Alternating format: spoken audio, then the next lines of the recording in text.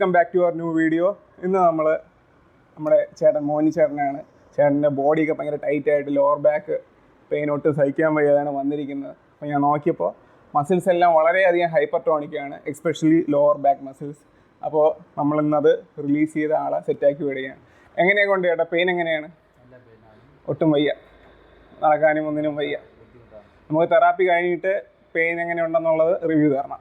Okay, genuine ആയിട്ടുള്ളൊരു review തരണം. നമുക്ക് സ്റ്റാർട്ട് ചെയ്യാം. ഓക്കെ, ഇടന്നു.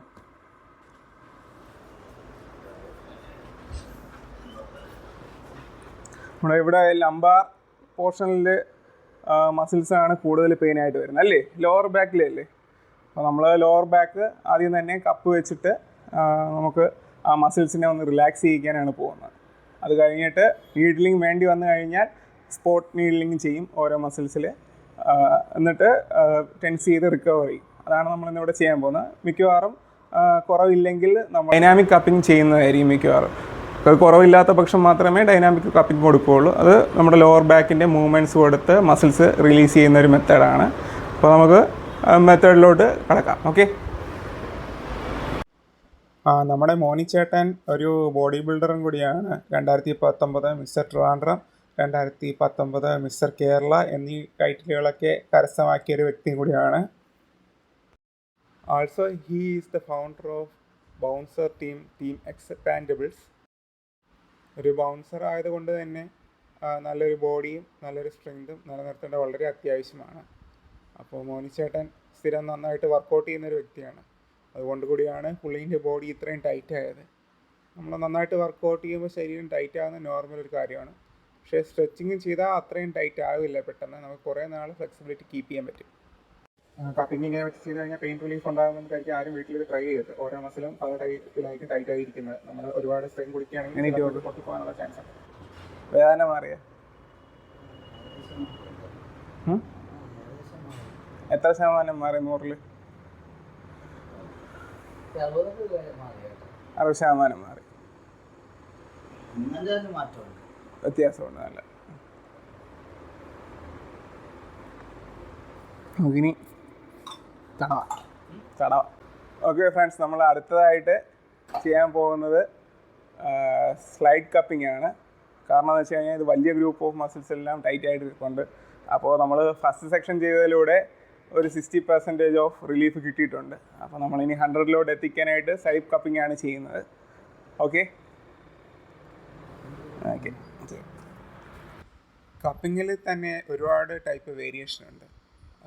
അതിൽ നമ്മൾ പേഷ്യൻറ്റിൻ്റെ കണ്ടീഷൻ നോക്കിയിട്ടാണ് നമ്മൾ ഏത് വേണമെന്ന് തീരുമാനിക്കുന്നതും ചെയ്യുന്നത്. അപ്പോൾ നല്ല കടുപ്പമുള്ളവർക്ക് ഞാൻ സ്ലൈഡ് കപ്പിംഗ് യൂസ് ചെയ്യാറുണ്ട്. സാധാരണ നമ്മുടെ കൈ കൊണ്ടും അല്ലെങ്കിൽ എക്യുപ്മെൻ്റ് ഒന്നും കൊണ്ട് മസാജ് ചെയ്ത് കഴിഞ്ഞാൽ മസിൽ റിലീസ് കിട്ടാത്തവർക്ക് എൻ്റെ എക്സ്പീരിയൻസിൽ കപ്പിംഗ് മസാജ് ചെയ്ത് കഴിയുമ്പോൾ നല്ല റിലീഫ് കിട്ടിയിട്ടുണ്ട്. അപ്പോൾ പുള്ളിക്ക് അതാ മെത്തേഡാണ് ഇന്ന് ട്രൈ ചെയ്തത്. അപ്പോൾ നല്ല രീതിയിൽ സ്റ്റിഫ്നെസ് ഉണ്ടെങ്കിൽ നമുക്ക് അത്യാവശ്യം റിലീഫ് ചെയ്തെടുക്കാൻ പറ്റും ഒറ്റ സീറ്റിങ്ങിൽ തന്നെ. ഇപ്പോൾ എത്ര ശതമാനം മാറി? ഈ ഭാഗത്തല്ലേ?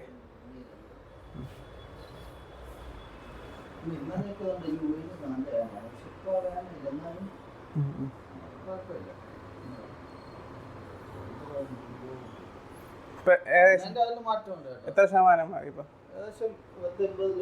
80. 20 നീഡിൽ ചെയ്യാം. 20% നീഡിൽ ചെയ്യാം.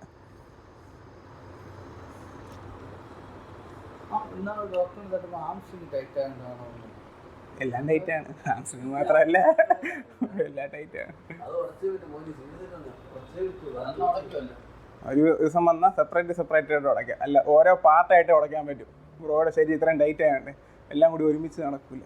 ഇപ്പോൾ തന്നെ ഞാൻ ഇത്രയും ചെയ്തു, ഇനി ലെഗ് ഉടക്കണം ആലോചിച്ചു കടുക്കൂല. കൈ നല്ല പെയിന് വരുമ്പോ പനി വരും, അതാണ് വിഷയം. നാളെ വീട്ടിൽ പോകും. പനി അടിച്ചാൽ 30 കഞ്ഞി തരും. കേടാ വീട്ടിലും കൂടി ചെയ്യാം.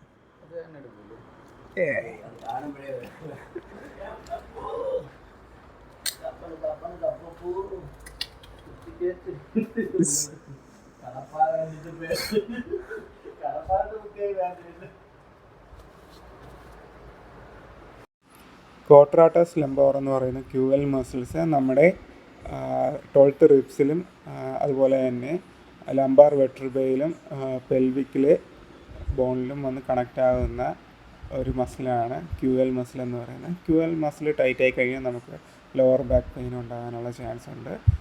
നല്ല രീതിയിൽ ടൈറ്റ് ആകാൻ ചാൻസ് ഉള്ള ഒരു മസിലാണ് ക്യൂഎൽ മസിൽ എന്ന് പറയുന്നത്. കാരണം കോർ മസിലിൻ്റെ ഭാഗമായിട്ട് വരുന്നൊരു മസിലാണ്.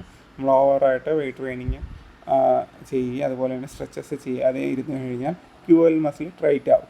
ക്യൂഎൽ മസിൽ ലൂസാക്കാനായിട്ട് നമുക്ക് സിറ്റ് ആൻഡ് റീച്ച് പോലെയുള്ള അല്ലെങ്കിൽ ക്യാറ്റ് ആൻഡ് കവ് പോലെയുള്ള എക്സസൈസുകൾ ചെയ്ത് നമുക്കിത് റിലീസാക്കാനാണ്. ഒരുപാട് ടൈറ്റ് ആയി കഴിഞ്ഞാൽ ട്രൈനീലിങ് കപ്പിങ് ഇതുപോലത്തെ ഹെൽപ്പ് കൊണ്ടേ നമുക്ക് മസിൽസ് റിലീസ് ചെയ്യാൻ പറ്റും. നല്ല സൈസായി. ഇപ്പം എത്ര 100 എത്തിയ? ആ കഴപ്പ് എനിക്ക് വേണം ഡിസ്ക് ബൾജ് ആണ്.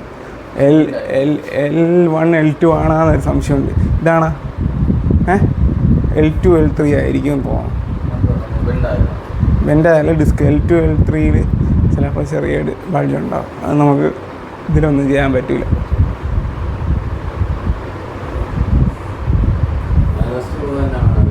റെസ്റ്റ് ആണ് മെയിൻ, അല്ലെങ്കിൽ സർജറി കട്ട് ചെയ്ത് കളയണം. അത് ഡിസ്കിൻ്റെ ഇടയിലുള്ളൊരു കുഷനിങ് തരുന്നൊരു ഫ്ലൂയിഡുണ്ട്. അത് പുറത്തോട്ട് തള്ളി വന്ന് നമ്മുടെ സ്പൈനൽ കോഡിലോട്ട് തട്ടുമ്പോഴാണ് ഈ ഒരു വൃത്തികെട്ടൊരു ഇതുണ്ടാകണം.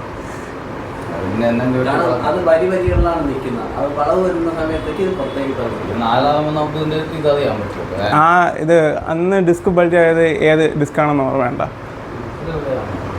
അതേ ആ സ്ഥലത്ത് തന്നെയല്ലേ പെയിൻ, അവിടെ തന്നെ പെയിൻ. അപ്പോൾ അതാണ് അത്. മസിൽസ് എല്ലാം റിലീസായിട്ടുണ്ട്. ഇപ്പോൾ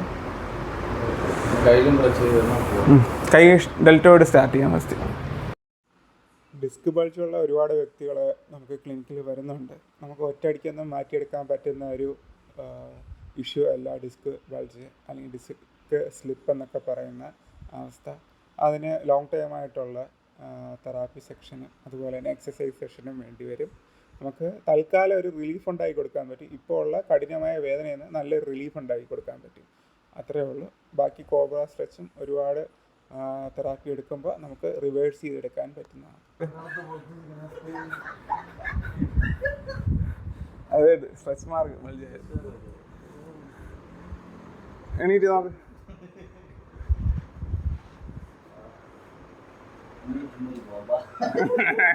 ഇനി കാണിച്ചു തരാം. പറ്റൂല, കടുത്തു.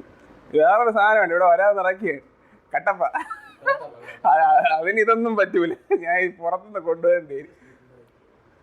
അതെങ്ങനെ ജീവിക്കണം എന്നാണ് എനിക്ക് മനസ്സിലാകുന്നത്.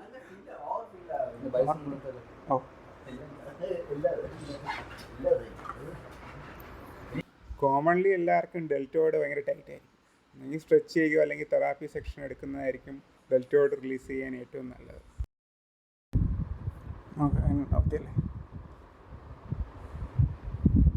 ലൂസായ ഇനി റിലീസ് ചെയ്യണോ? ലൂസായ ഇനി റിലീസ് ചെയ്യണോ?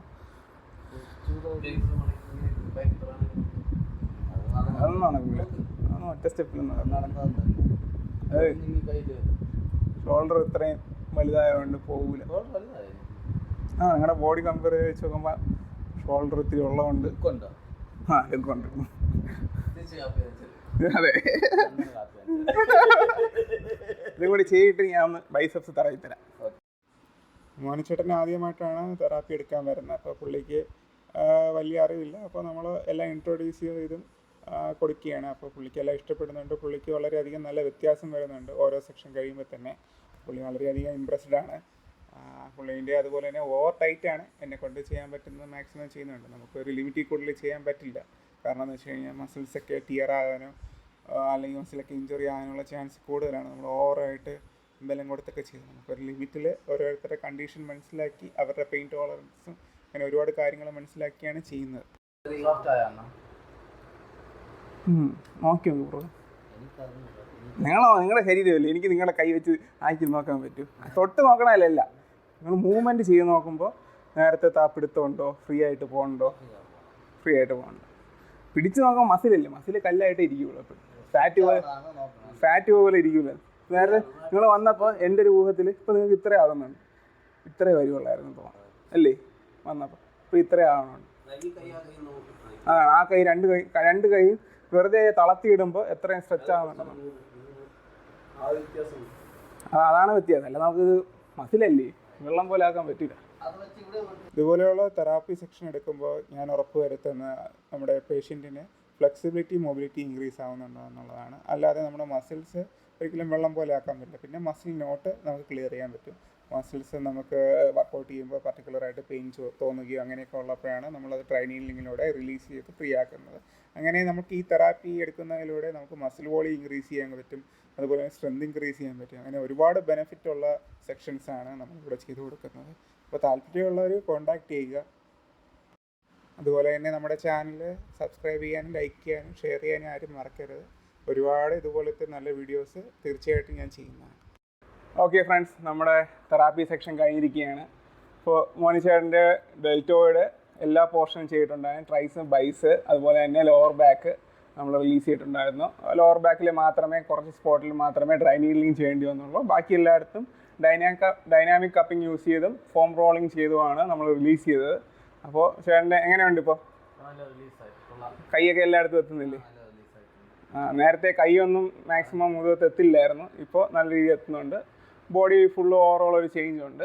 അപ്പോൾ പുള്ളിക്ക് ഇനിയും വ്യത്യാസം വരാനുണ്ട് നമ്മൾ ഫ്ലെക്സിബിലിറ്റി വെച്ച് നോക്കുമ്പോൾ. പക്ഷേ നമുക്ക് ഒറ്റ സെക്ഷൻ കൊണ്ട് ഒരുപാട് ചെയ്യാൻ പറ്റില്ല, കാരണം മാക്സിമം ടൈറ്റാണ്. നമുക്ക് പറ്റുന്ന ഒരു ലിമിറ്റിൽ ഇത് റിലീസ് ചെയ്ത് വിട്ടിട്ടുണ്ട്. ഇനി അടുത്ത സെക്ഷൻ അടിക്കുകയാണെങ്കിൽ കുറച്ചുകൂടി റിലീസ് ഉണ്ടാകും. പക്ഷേ നമുക്കിത് ഒരിക്കലും ഇവിടുത്തെ കൊണ്ട് മാത്രം നിലനിന്ന് പോകില്ല. വർക്കൗട്ടിന് ശേഷവും മുമ്പും ഇത്രയും ടൈറ്റ് ആയിട്ടുള്ളവർ സ്ട്രെച്ചിങ്സ് ചെയ്താൽ മാത്രമേ, ഡൈനാമിക് സ്ട്രെച്ചിങ്സ് ചെയ്താൽ മാത്രമേ റിലീസായി കിട്ടുകയുള്ളൂ. അല്ലാത്ത പക്ഷം വീണ്ടും ടൈറ്റ് ആയിക്കൊണ്ടിരിക്കും. ടൈറ്റ് ആയി കഴിഞ്ഞാൽ മസിൽ ഇഞ്ചുറി, ഒരുപാട് മസിൽ ടിയറൊക്കെ വരാനുള്ളൊരു ചാൻസ് ഉണ്ട്. അപ്പോൾ നിങ്ങളെല്ലാവരും ഓവർ ടൈറ്റ് ആണെങ്കിൽ തീർച്ചയായിട്ടും വർക്കൗട്ടിന് മുമ്പും വർക്കൗട്ടിന് ശേഷവും സ്ട്രെച്ചിങ്സ് ചെയ്യുക. ഓക്കെ, അടുത്ത വീഡിയോ കാണുന്നവരെ ഗുഡ് ബൈ, താങ്ക് യു.